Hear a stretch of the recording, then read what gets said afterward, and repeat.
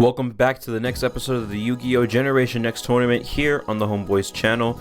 Today we have the Light Brigade trio going up against Chazz Princeton. When I say the name Light Brigade, a lot of GX fans out there probably don't exactly know who I'm talking about. There was an episode where the Duel Academy main crew took a field trip to Domino City. They got to meet Grandpa Moto and they got a tour of the city and all the different places that Yugi and Joey had, some iconic battles for the Battle City tournament. And a group controlled by Serena and Sartorius were sent after Jaden and his friends to attack them. Since none of them had enough cards to make a single deck, I had to take all of them and combine all four of them into one main deck and just really try to make this fit and work. So I just went ahead and took all of the different anime cards and combined it with the rest of the archetypal support, which is why this is the first and I think the only 60 card deck in this entire tournament. So we're gonna go over the quote-unquote core monarchs, and it's a little bit complicated, but essentially the monarchs that were being used in GX were Zaborg the Thunder Monarch, Grandmark the Rock Monarch, Thestalos the Firestorm Monarch, and Mobius the Frost Monarch. And some of the other cards fit under those water, rock, lightning, and fire themes. But the goal of the Light Brigade was to get out 4 different monarchs, right? So that you can bring out your Demiurge Emma. And this level 8, it can be tribute summoned, but its effect would then be useless. And its effect is that for every homunculus token on the field, it gets 800 attack points, and it starts off with 33. It's already pretty huge. It's already stronger than a Blue Eyes, right? Just off the bat. And then if it dies, all the tokens on the field die as well. But with a single token, you're already looking at a 4100 monster. So how do you get its effect off, right? Well, first, you have to have 4 monarchs with different attributes on the field or in the hand, and that's a really big part in order to activate the spell card Shadow Moon. And then you have to throw them all away, send them all to the graveyard to activate Blue Moon from your hand, deck, or graveyard. And then after you activate Blue Moon, you can special summon Demiurge from your deck or from your grave. So that's why even though he's the big ultimate boss, there's not more than one of him. It's not just because I couldn't fit him in. Trust me, I probably could have if I really wanted to. I just really didn't want to. So what else do you get by getting rid of 4 freaking tribute monsters, right? Because they have to be level 5 or higher. Well, Blue Moon is a field spell that can only be activated with Shadow Moon. And Blue Moon lets you destroy a spell and trap card on both player side of the field to summon a token with 0 attack, level 2, 800 defense points on each player's side of the field, and they're counted as continuous spells, so they can die to MST, and you're not allowed to tribute these tokens for tribute summons. So yes, they're dead on your opponent's field, but they're dead on your field too, and you play a Monarch deck where you need to tribute summon, and Monarch decks don't play extra decks. So it's really not worth it unless you have game only if it's just it. Anyways, the monarchs, right? They all have an effect that activates as soon as you summon them. Mobius destroys 2 spells and traps. Thestalos can get rid of a monster in your opponent's hand and do a tiny bit of burn damage. Grandmark can destroy a face down card. Ryza can send any card to the top of the deck. Ongamar, he actually can banish a spell from your graveyard and activate its effect as his own. A Zaborg can destroy 1 monster on the field, and those are the 6 elements. Then you have the Ether, the Heavenly Monarch, and oh my, there's just so many monsters in this deck. I'm really sorry. So these are actually level 8s, which is why they have significantly better attacks, as well as effects. So these level 8 monarchs, they both get an effect on tribute summon, and they get another effect, I believe, in the graveyard. We'll get to those, if they actually come out and whatnot. There's 1 vassal for every single attribute. They all have a way to more or less special summon themselves. They all have a specific condition, and then I believe they also have an effect, or except for that one apparently, for once you tribute them for a tribute summon. I don't think the monster you tribute summon has to be the same attribute as them either. So you're gonna get some sort of search or recovery or something if you use them for the tribute summon. Of course, they could just potentially be bodies, but these are probably more staple than these knights up here, just because of the fact that they're special summonable really easily, and they could be potential play extenders in a deck that can be very bricky. We're not even gonna go over this one. 3 Tenacity of the Monarchs. You use it when you have a Monarch in your hand, and you can get to any one of your other spells and traps. The other really good one here is going to be the Monarch Stormforth. It's a quick play spell that lets you use one of your opponent's monsters in order to tribute summon, and there is no downside to this as well. So that's really good. Then of course, going into the trap card lineup, you actually have trap monsters because you only have so many monsters that you're normal summonable. So you have First of Monarch, and you have the Prime Monarch, both of which have the potential to summon themselves as level 5 monsters with 2400 defense points. So with that sort of fat butt, you know, they can really wall out and let you get to a tribute easier. I believe one of these also lets you count them as 2 tributes for a tribute summon, so that's pretty cool. The only other 2 trap cards I really want to talk about here are Mirror of Duality and Lightning Talisman. So Mirror of Duality is kind of like a Mirror Force, but it's pretty it's a lot better than a Mirror Force actually. So first, you pay 1,000 life points when your opponent declares any attack. Then you destroy every single monster on both sides of the field, and if you destroyed the monsters, your opponent takes 500 damage for every single monster, including yours that died, and you only take 100 for. So it's super unfair and unbalanced, and I threw in 2 of these motherfuckers because look at this goddamn clusterfuck of a deck. Like, they need all the help they can get. You also have Escalation of the Monarchs, which lets you normal summon again as long as you're tribute summoning, and Lightning Talisman here is a really nice counter trap card that you can use when your opponent's attacking you, so you negate it, but your opponent draws, but they take 400 for every single card in their hand. So that's yeah, that's definitely a 2 of right there. So looking into the side deck, right, I fit as many of the good support for Monarchs as I could into the main deck. So for the side deck, I honestly just gave them different options. So the Mega Monarchs can be tribute summoned by tributing a tribute summoned monster. Oh my god, that was such a weird thing to say.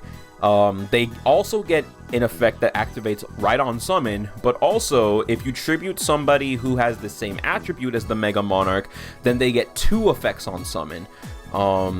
So that's honestly pretty nice that you don't have to tribute 2 different monsters. It's really amazing, and you kind of want to go through and see which ones you're going to be searching more often, or maybe even which Mega Monarch you want to really aim for, because Thestalos, in my opinion, is the worst Monarch, but maybe Thestalos the Mega Monarch is going to be worth it for the additional burn damage. So it's really up to you. Pantheism of the Monarchs is an amazing card because it lets you draw 2. It also has a graveyard effect that'll let you search, so that's really great. And then 2 copies of the actual field spell to give your monster some protection, and it can make your level 8s even easier to summon than they already were by reducing their level in the hand by 2 stars. That way they need just 1 tribute in general. So if I were to have a vassal in my hand and special summon them, use my field spell, oop, now you're a level 6. Now I can just get you out for free, or not for free, but you know what I'm trying to say. Lastly, we have this card from the manga, The Reawakening of the Emperor.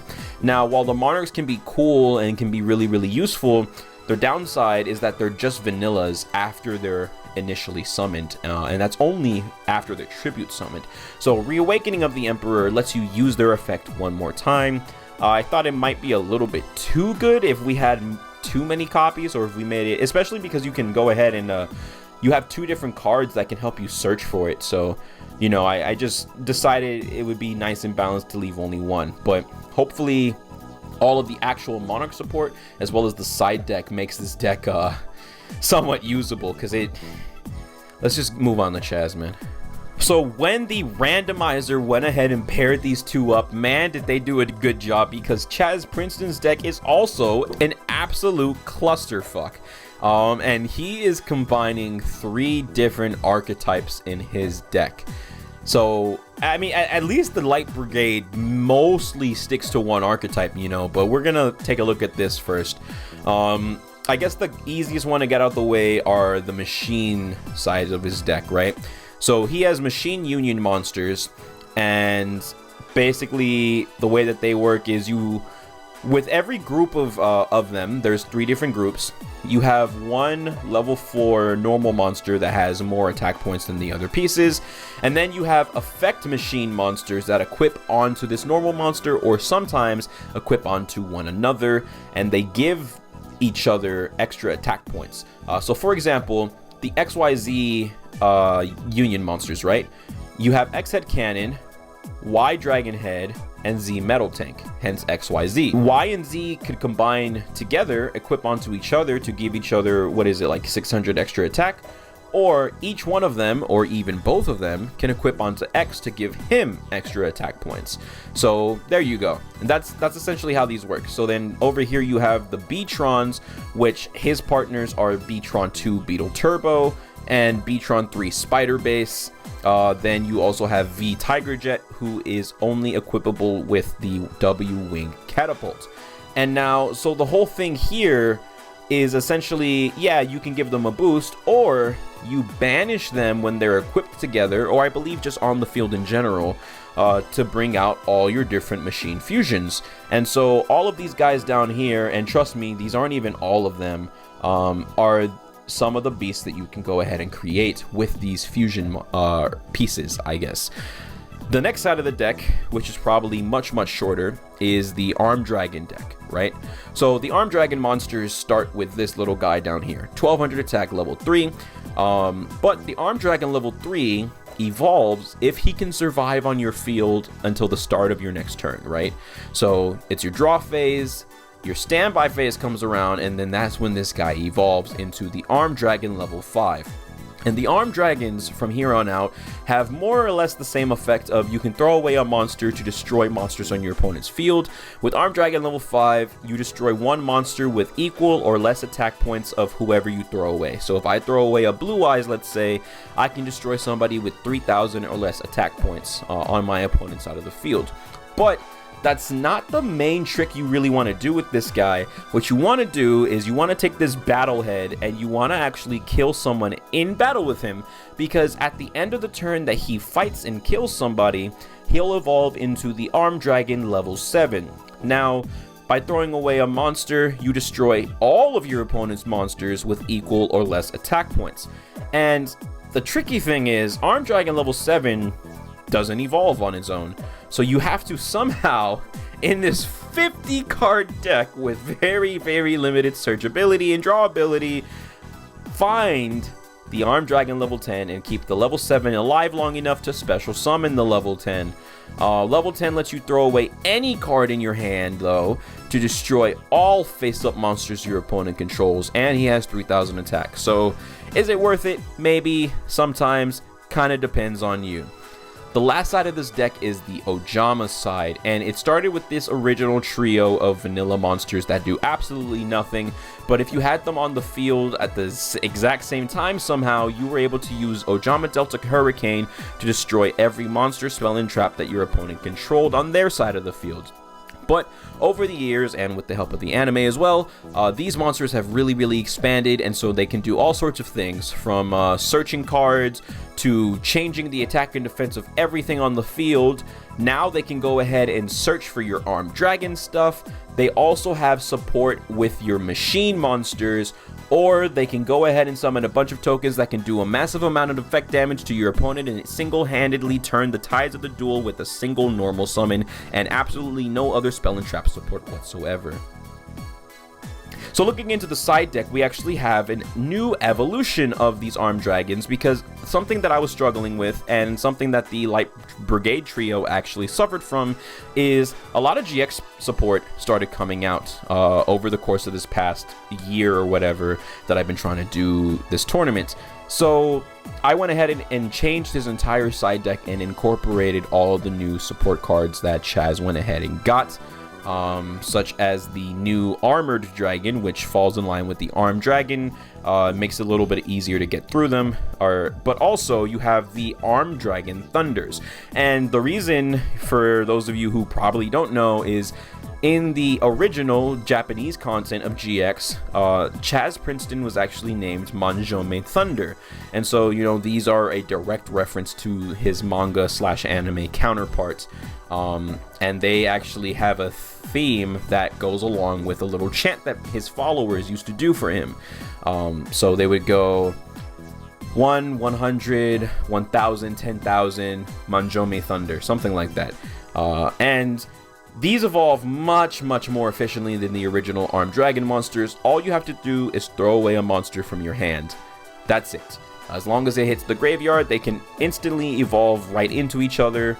And if you throw them away to use a Dragon Monster's effect, then you'll get some sort of other little recovery effect as well to help you and compensate for the sacrifice that you're making. So you can go straight from 3 all the way to 7 in a singular turn.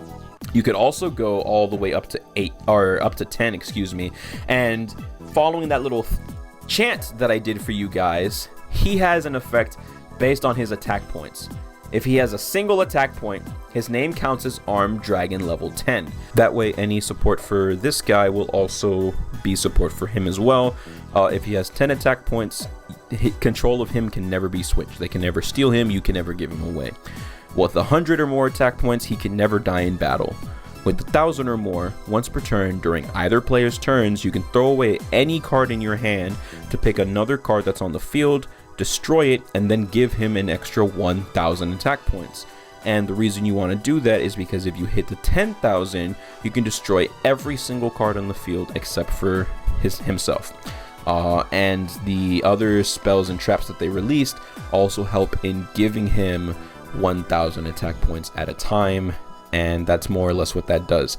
There was a period, just like Alexis though, and that's where these Beatron monsters come from, where Chazz was actually influenced by the Society of Light, and he also had the white jacket with a white deck, quote unquote, even though, you know, he didn't really have a white deck, but he had the spell card White Veil, which was a symbol that you were corrupted by the evil Sartorius, yada yada yada.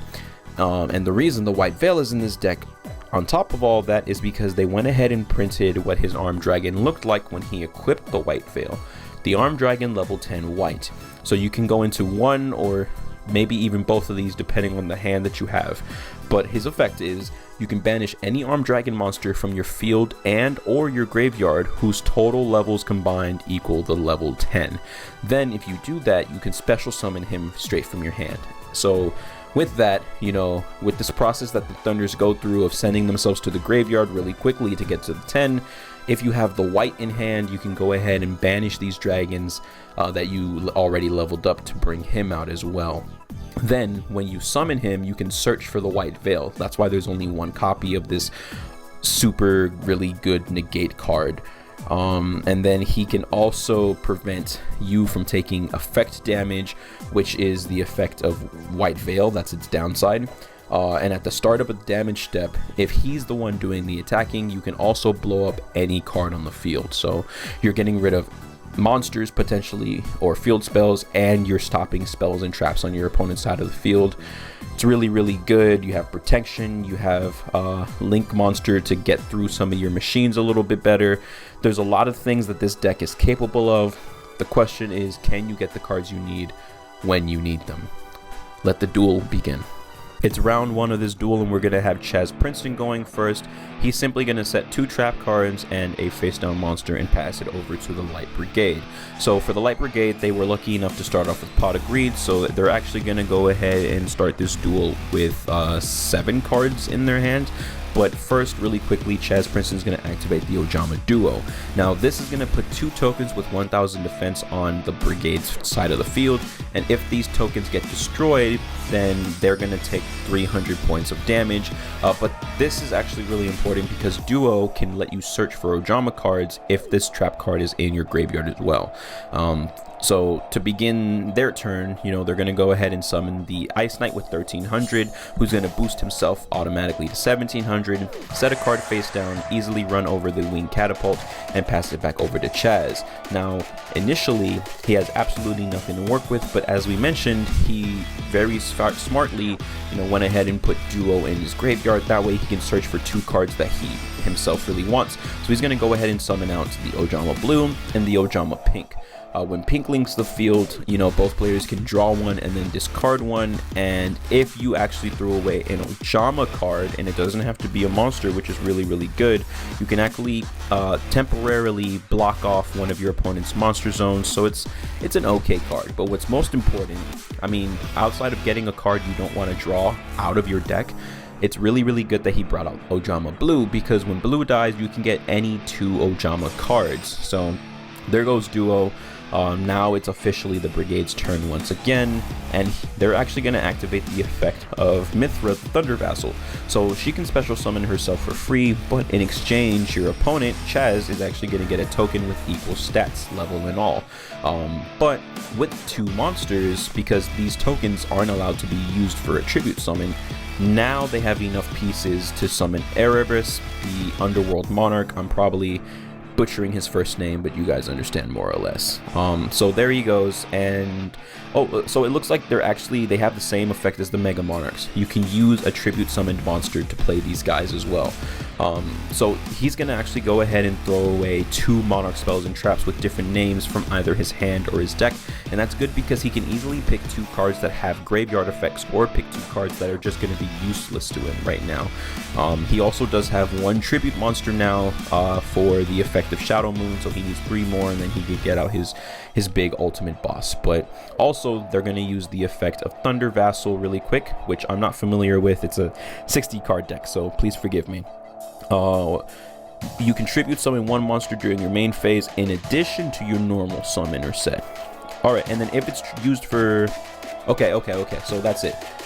Since Thunder Vassal was tributed for a tribute summon, he can tribute summon 1 more time, potentially.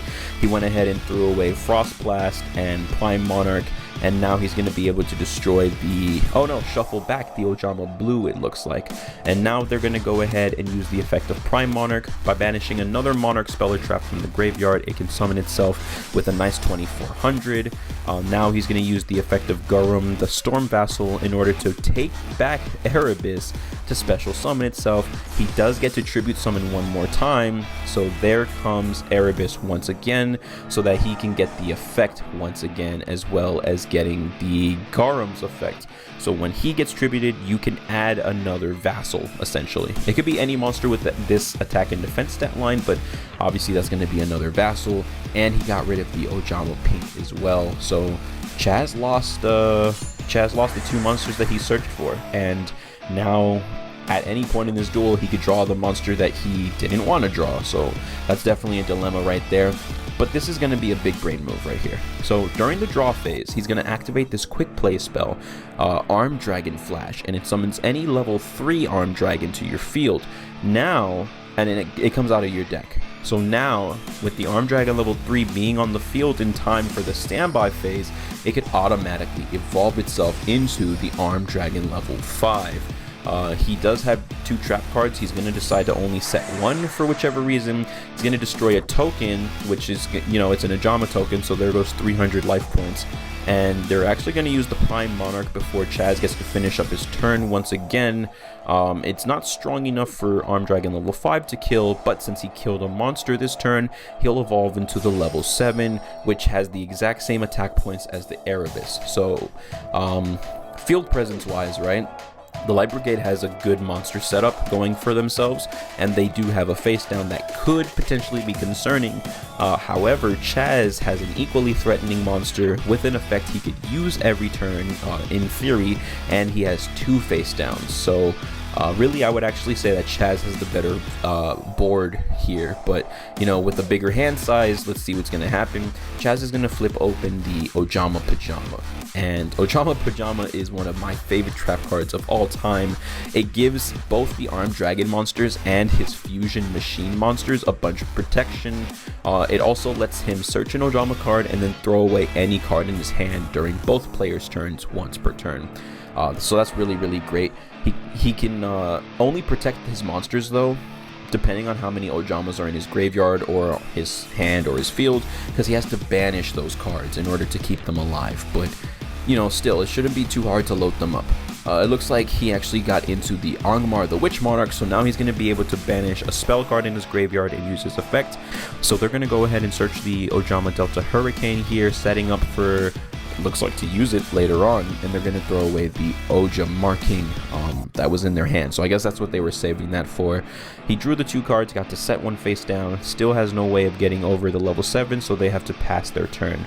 On Chazz's turn, they're going to use Ojama Pajama again to slowly start to thin through their deck, and Ojama Pajama being able to do this single-handedly every turn on both turns is why Chazz's deck has significantly more consistency than the Light Brigade trio. This time he's going to get the Ojama Delta Thunder, which is an anime card, and throw away Oja Magic. But when Oja Magic goes to the graveyard, you can get one of the original trio. So there they go, and you're actually going to attempt to crash here. So Erebus is going to die alongside the Armed Dragon level 7, which is interesting. However, first, they're going to activate the Lightning Talisman because he searched and added 4 cards to his hand. First, Chazz is going to draw one. This attack is negated, so the Monarch lives, and now they have a total of 7 cards in their hand. So Chazz is going to take a massive 2,800 damage. A very, very steep cost to pay to achieve absolutely nothing. The whole goal here in crashing, by the way, was that with Ojama Pajama here and Ojama cards now in the graveyard to banish, he wouldn't have actually died. So that's actually one more thing for the Brigade to worry about, but now, I mean, Chazz took massive life point damage, so that's really going to be something, especially if he can get another talisman. That was just a beautiful play overall. He's going to use Land Robe, which I believe is going to set the Armed Dragon face down. That way it's much easier to kill. But first, Ojama Pajama this time around is going to get the, what is this called again? Oja Mandala, and he's going to throw away green there as the cost. So now the Armed Dragon level 7 is officially set face down. Prime Monarch once again. That way they have 2 tributes for Demiurge Emma. Even though this wasn't summoned the proper way, you know, it's still a 3,300 beat stick. So at this point, who really cares? And since, what was his name? Land Robe was tributed, he gets a vassal out of the graveyard back to his hand. So he's going to be able to swing into the Armed Dragon 3 times. He lets it die the first time though, so that they could use the Grave of Enkindling here, which is going to allow him to bring back the Armed Dragon in defense mode. Neither monster special summon. Oh, so I guess the Light Brigade gets to summon a monster out of their graveyard as well. It looks like no one can change those monsters' battle positions while they're face up outside of using a card effect. So that's cool. Their effects don't seem negated. Oh, it's any monster. Okay, so he went for the level 5. I guess the level 7 couldn't be special summoned at all. So, I mean, there goes the level 5 at least. He's going to let that die as well, though, to use Oja Marking. So when a monster you control is destroyed by battle and it goes to the graveyard, banish this, target an Ojama monster in your grave, and special summon that. So he's going to go for the green, and he's successfully stalled out for 3 attacks.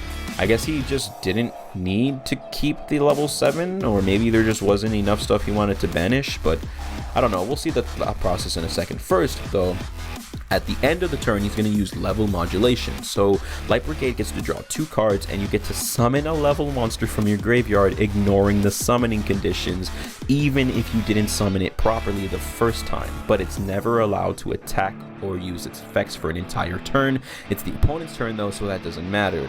Okay, so now I understand why Chazz was using all these extra resources. So now he has still a lot of Ojama cards he could banish to protect it, and he still ends up with the level 7 on his field. That's amazing. And with 7 cards in hand, the Light Brigade now has to throw one away, so they choose one of the useless ass spell cards.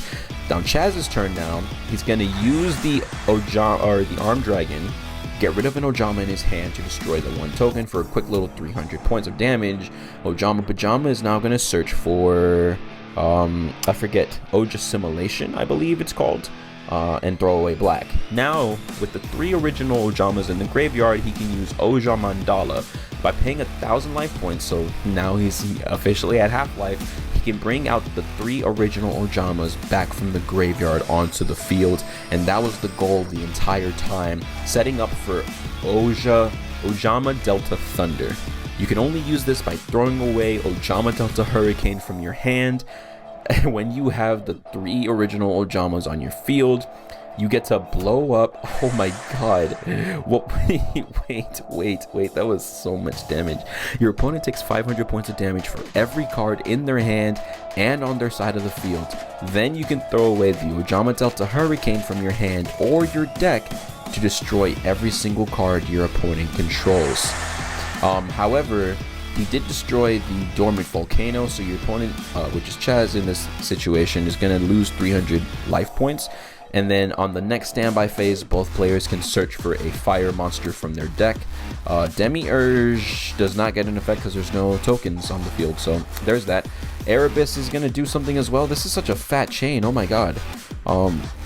If this card's in the graveyard, discard a Monarch spell or trap card, target a Monarch, one of the level 6s, and add it back to your hand. So they're going to get back the Grand Mark. Looks like the trio has something planned for that.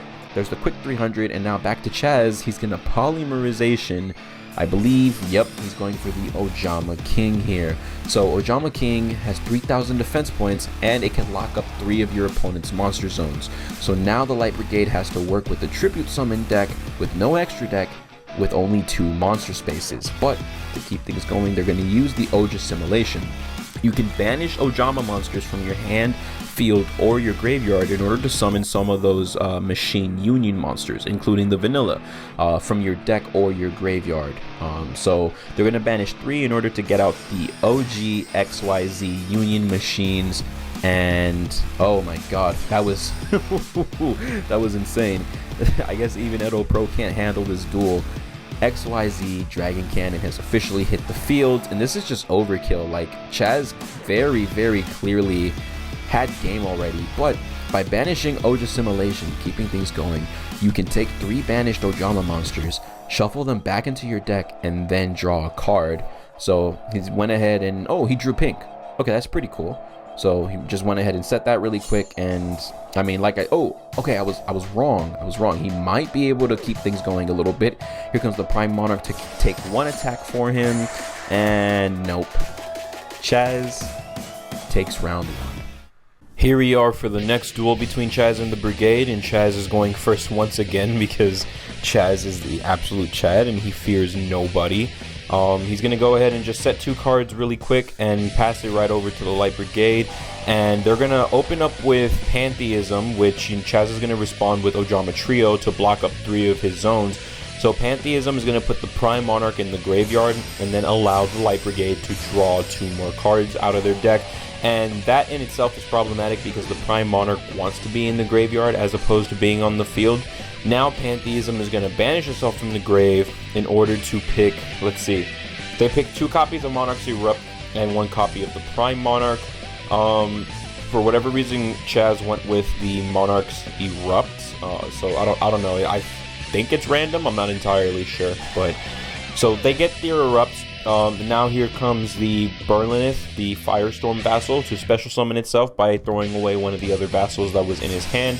It could be any card, by the way, and that's perfect because by tributing it, he's going to actually go ahead and summon out Thestalos, the Firestorm Monarch. So 2 things happen.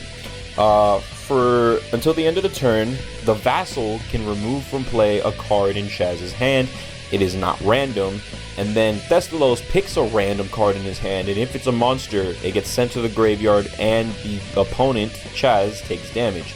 So, using the Berlineth, I'm so sorry about the names, he's going to actually go ahead and remove that spell card, and it looks like Destilos randomly selected the level 10, so the Armed Dragons will never see their ultimate form ever, I guess, and since it was a level 10, it took 1,000 points of damage. Destilos obviously easily destroys the Beatron, and back over to Chazz with his new Oja Simulation back. He did end up top decking the Pot of Greed, which is really, really great. And by throwing away the Oja Simulation, seeing he wasn't going to be able to really use it, he decided to activate Oja Match. So he gets to search for one Ojama and one Armed Dragon, and he gets to normal summon one of them right away. This doesn't count for his regular normal summon of the turn, so he gets to go ahead and play the Oja Machine Yellow, which is gonna go ahead and fill up the field with tokens again. He's not gonna take damage, and when they die, you know, the Brigade will take 300 points per monster, but he's gonna go ahead and activate the Monarch's Erupt in response, thanks to the fact that he has Destilos. And oh man, isn't that Destilos on? I don't know, this is really, really cool though. Just the way that things are kind of coincidentally working out, like artwork and all of that. But yeah, so Monarch's Erupt, when he has one of his tribute summoned Monarchs, it negates the effects of every monster on the field who isn't a tribute summoned monster. So obviously, since Machine Yellow is just a level 3, its effect gets negated, not only meaning that the tokens aren't going to hit the field, but it also means that he will in fact take battle damage. So thinking really quickly, Chazz tributes it in order to bring out the Armed Dragon level 5, which at this particular moment won't have its effects negated. It's going to go ahead and kill a token, do 300 points of damage, and at the end of the turn, since it did manage to kill somebody, it's going to go ahead and evolve into the Armed Dragon level 7. Unfortunately, its effects are negated. I don't know why the level... Oh, because the level 5 was tribute summoned. I understand. So that's how that works. But unfortunately for them, the trio, or the Brigade, also has the Land Robe Rock Vassal in their hand, which it can special summon itself by putting an opponent's monster face down, and the Armed Dragon level 7 only has 1,000 points to begin with. Now they're going to go ahead and tribute Thespelos in order to get Erebus, the Underworld Monarch, who can be summoned with only one tribute because he sacrificed a monster that was already tribute summoned. So using its effect, they're going to go ahead and get rid of 2 spells and traps from his deck. He's going to go ahead and throw out another Prime Monarch, and now the Armed Dragon is completely gone from the field. Going to use the Prime Monarch, who unfortunately has to summon itself out into defense mode, but it is what it is. It'll be another body there. Direct attack for a massive 2,800, and on Chazz's turn, he bricks with the trap card, or maybe it's not a brick, we'll see.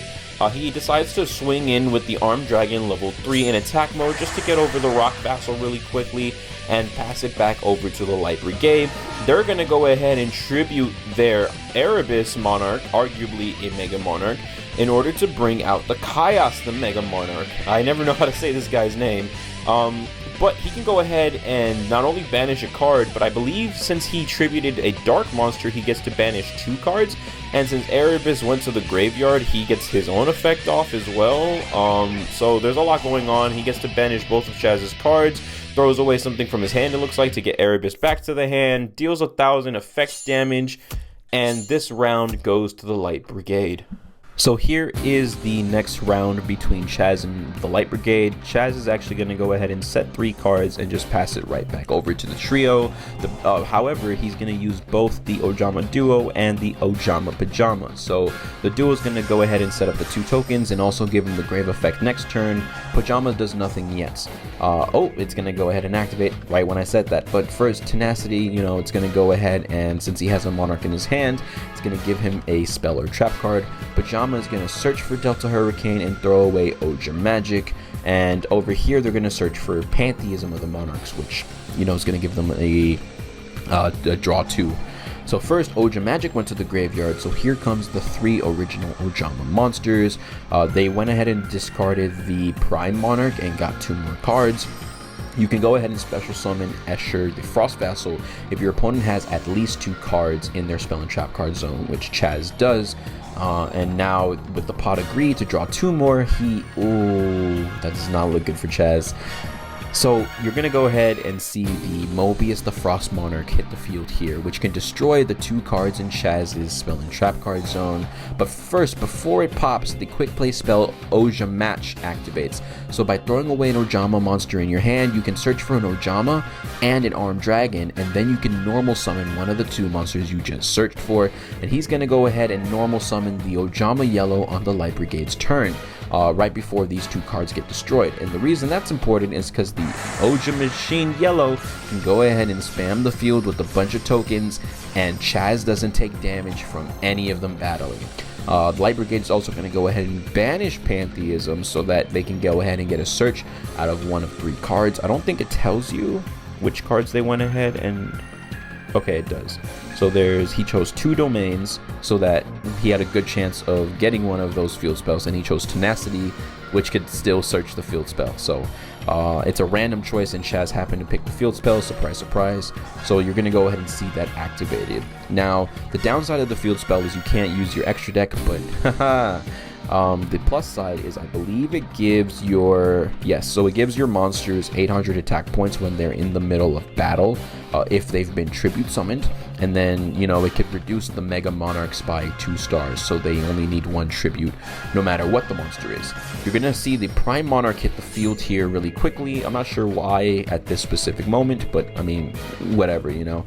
And Mobius is gonna go ahead and attack a token because they're gonna attack you eventually anyways.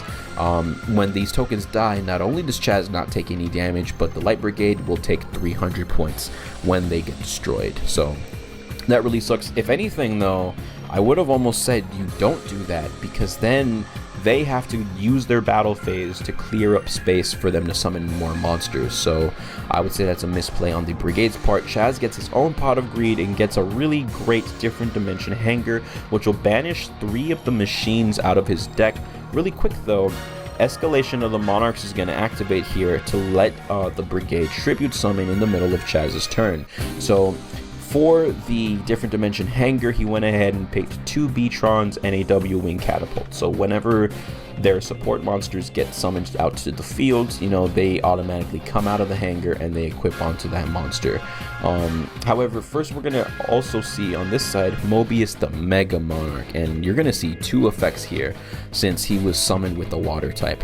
First, when you tribute summon Mobius, you can destroy up to 3 spells and trap cards on the field. So now these 3 machines are forever lost in the alternate dimension. And since he tributed a water monster, your opponent can't use any card effects to respond to this effect.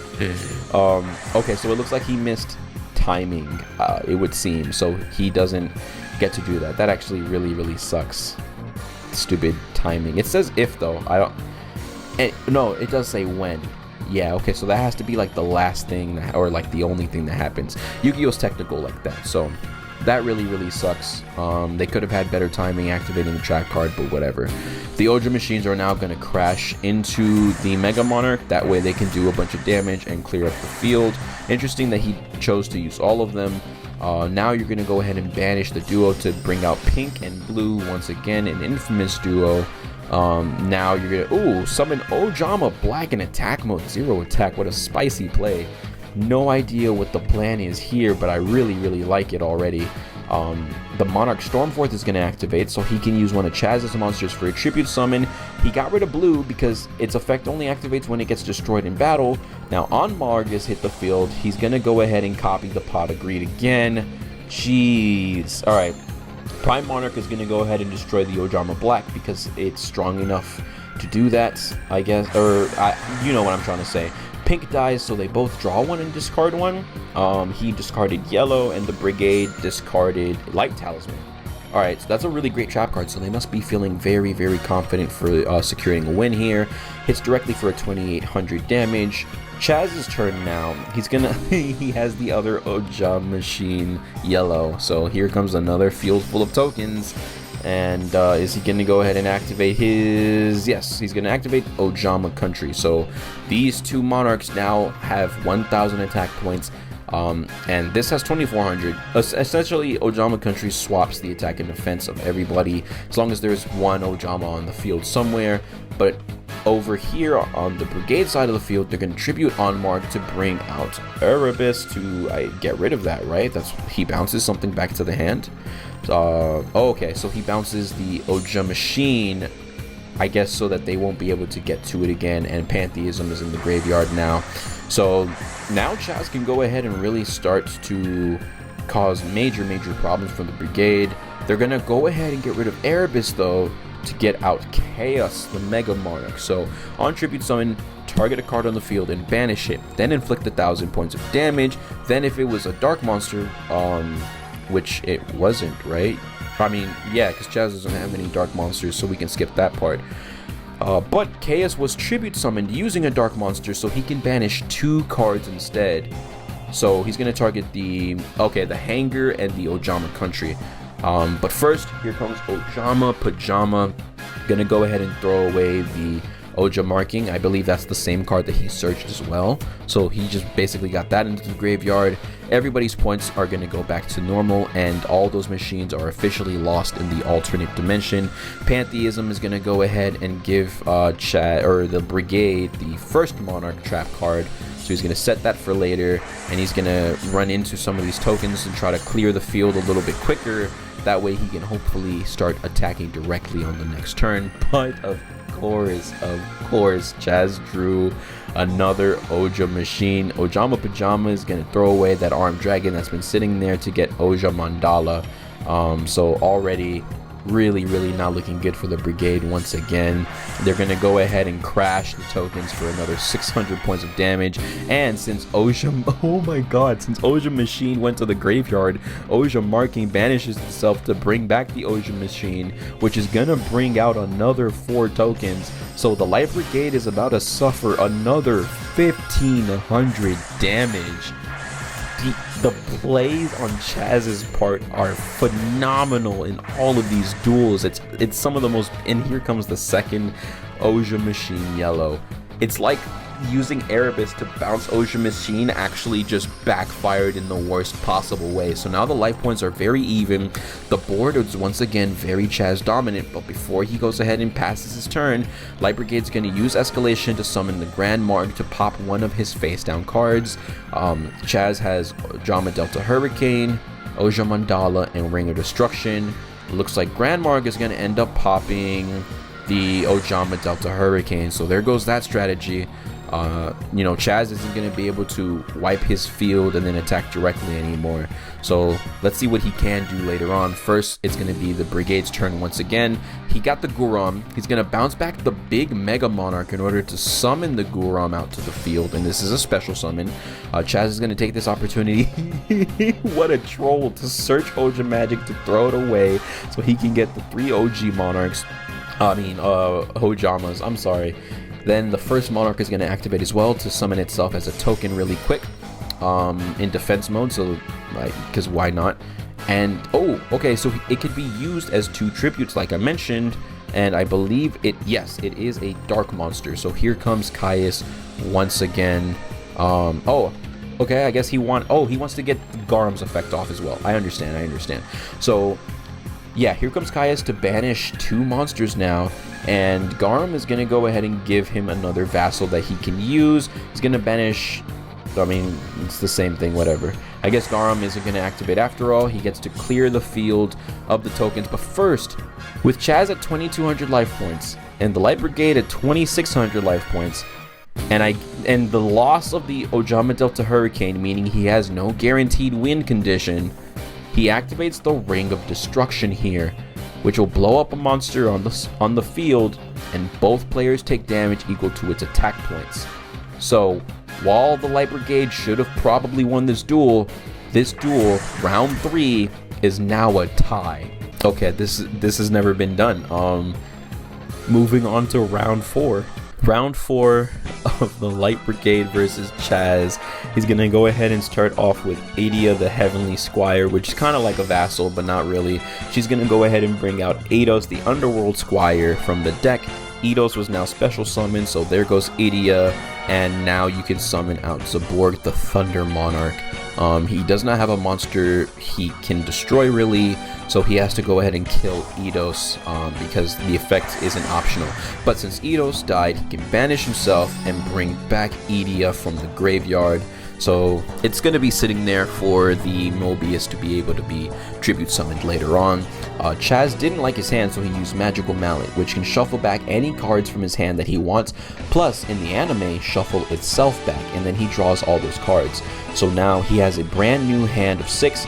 He sets 4 face downs in his back row, and he sets the Ojama blue.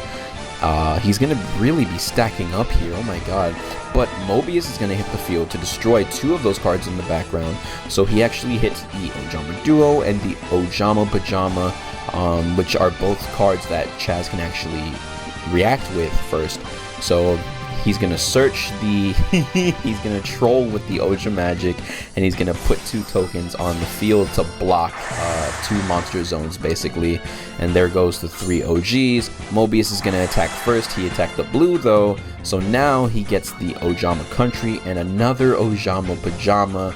And Zabor gets to attack directly. Psych Oja Match. So throw away green in order to get the Oja Machine yellow and summon it. And then he also has the level 5 chilling in his hand whenever he wants to bring that out.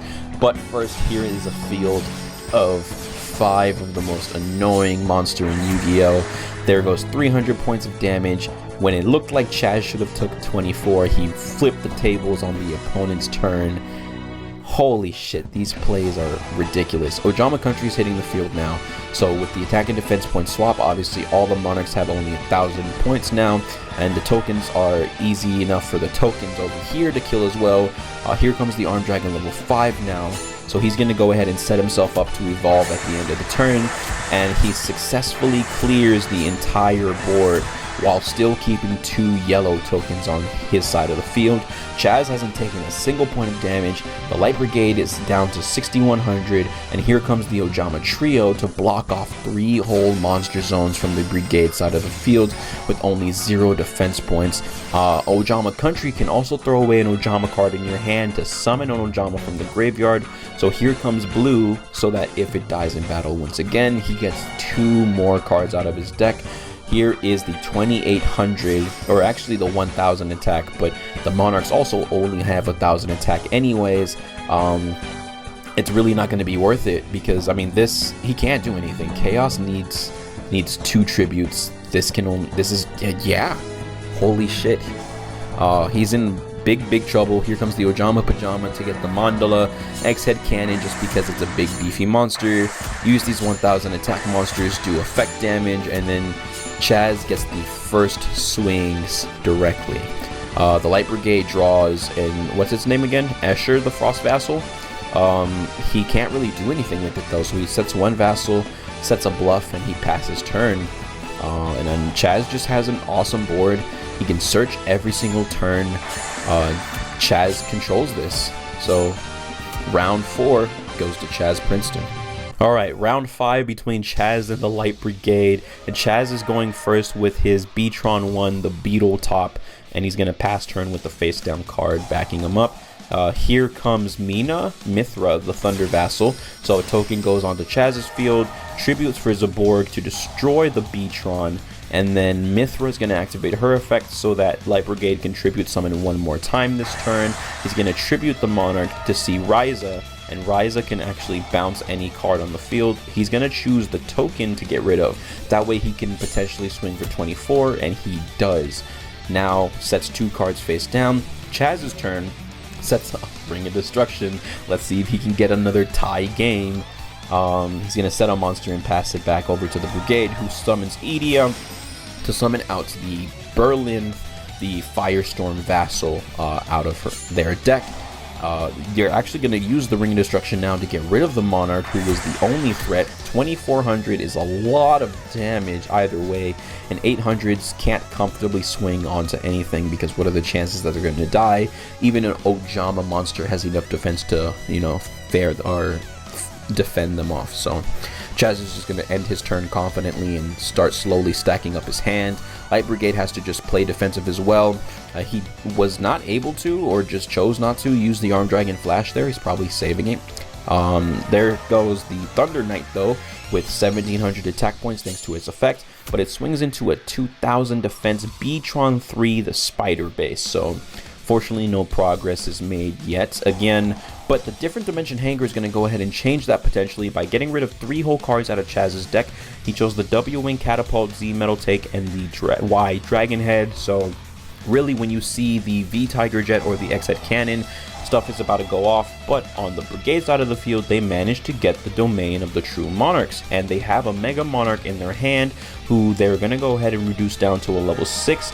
get rid of this Firestorm Vassal for Thestalos the Mega Monarch. And now, not only does the Mega Monarch get his original effect for only 1 tribute, but you also tributed a fire monster who is also going to get his effect off as well. So first, you're going to resolve Berlinth, the Firestorm Vassal. Since he was tribute summoned, he gets a chance to look at Chazz's hand and banish a card until the end phase. So they're going to go ahead and banish the Oja Magic in case he had an Ojama Pajama face down, which I guess he didn't because he obviously didn't activate it there.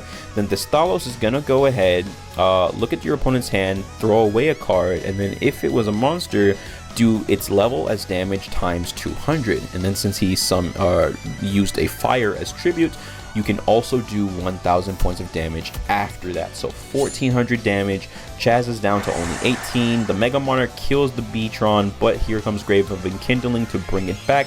That way he can't get over it because the Monarch has to be also summoned in defense mode as well.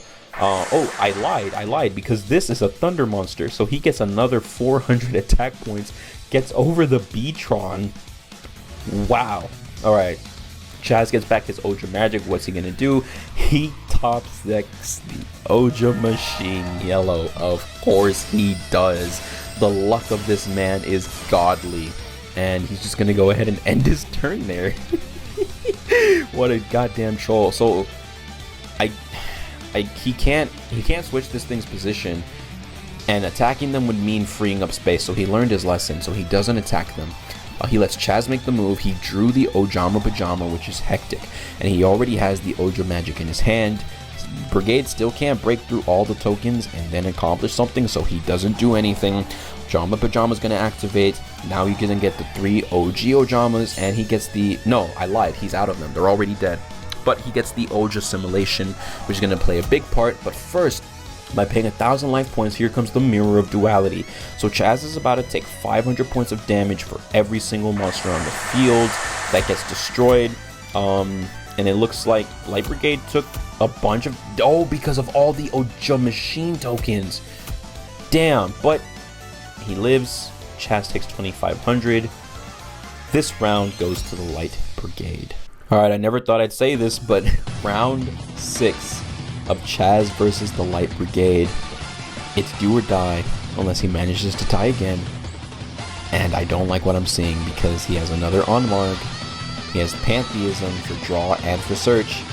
He can summon on his opponent's turn, but Chazz has Oja Magic and Armed Dragon Flash and Pajama and the Oja Machine Yellow. So let's see what Chazz is going to do on this first turn. He's going to go ahead and fill the field with tokens, and he's going to go ahead and pass it over to the Brigade now. The Light Brigade is going to not do anything. Okay, they get to play Pantheism and then Ojama Pajama. What a goddamn troll. Chazz gets the draw 2, gets the add 3, 2 face downs, using Pantheism to go ahead and search for cards. He searches the Tenacity, which is going to let him search for another card, and he searches the Monarch Stormforth to get rid of at least one of those tokens. Here comes Eidos, the Underworld Squire, so Eidos is going to go ahead and sack itself off. Now here comes Onmarl, who can use its effect. He's going to get the effect of Tenacity to now search for his field spell. So Domain is going to give them extra attack. Not that it matters, though. He has to just pass his turn, leave Chazz with a full field. Once again, learning from his previous mistake. Oja Pajama is actually going to get rid of the Armed Dragon Blitz because it's not going to be useful here. And he searched the Oja Match, or it looks like, or maybe the Oja Mandala.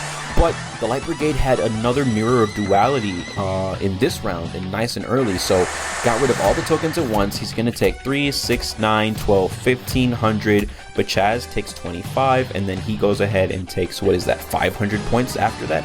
So 25 to 2000. Life points are pretty even. Chazz is ahead by 500. Main phase 2, Ojama Ride is going to let him throw away one of each of the Ojamas in order to get 3 level 4 or lower machine unions from his deck. But he's also going to use Oja Match to chain. Oja Match lets you also throw away an Ojama card from your field, and throwing away the Ojama Ride doesn't negate its effect, as you can see by the little chain still floating there. So now he gets to search for 2. Oh my god.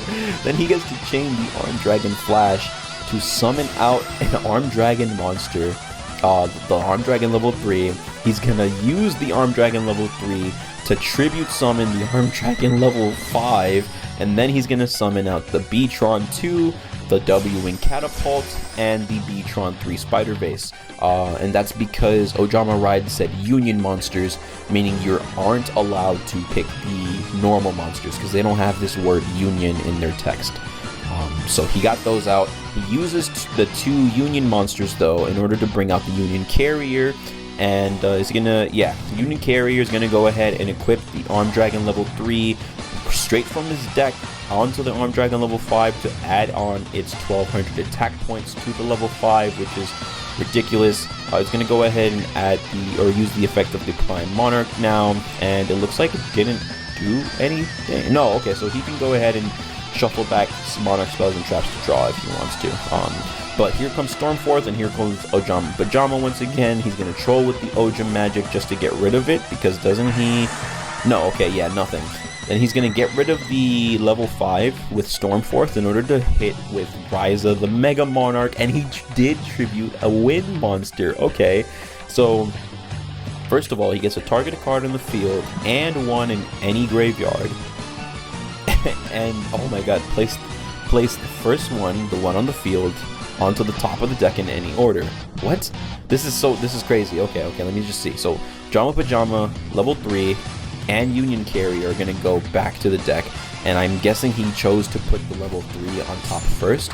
Here comes Onmark to kill the Catapult, and he ran over the blue, but blue is gonna go ahead and search 2, so that way Chazz gets to shuffle his deck, so he's not gonna brick with the level 3 next turn, and he does get a beautiful set. Oh, he drew it anyways.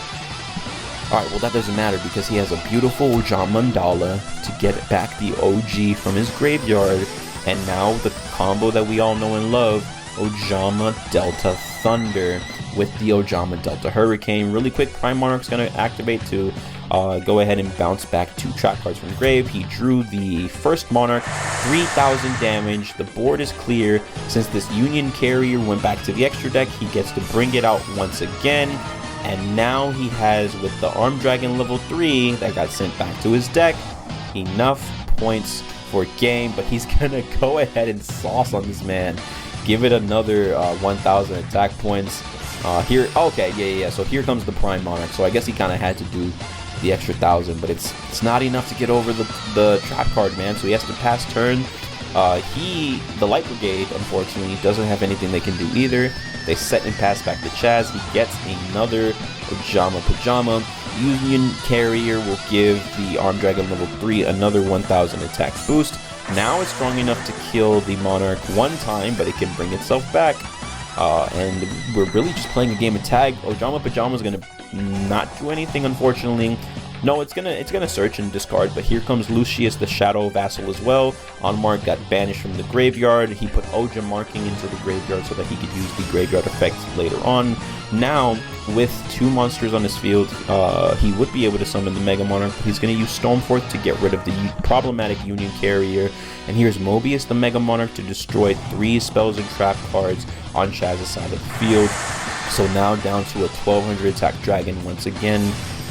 Here comes Lucius back from the grave. The first Monarch is going to hit the field, so now he has 2 1000s, and he has the Mega Monarch as well. He's going to easily run over the level 3 dragon. Can't really kill Ojama Black though. Here comes the Tiger Jet to do nothing, it looks like. Just to chip away for 600, because, I mean, even with this damage, you know, Chazz won't die here. He unfortunately doesn't draw another Monarch, so he has to just swing for 1200, pass it back. The life points are very tight, but the board is very not. Chazz top decks a White Dragon Head, sets and passes turn. Still no Monarch monster though. Still no Monarch. Okay, so Chazz might still be in this, but the Brigade has no way of fumbling this, and they did get the Frost Blast of the Monarch, so since he has a monster on his field, target a set card and destroy it, and then he can banish it to get a Monarch spell or trap card. So there goes Black, but he's going to use the marking now to get back the Ojam Machine Yellow from the graveyard. Let's go. Chazz is the ultimate troll. Chazz is the troll god. He has to pass turn there, leave him with all the monster zones taken up. Ojam Marble is here. And it doesn't matter what Ojam Marble does, because with 1500 points of effect damage, Chazz Princeton wins round 6. Chazz Princeton wins this duel. I'm sweating. It's hot in here. Turn your appearance to a disappearance. I fuck with nothing but gangsters, nothing but hustler niggas. Sound off, sound off.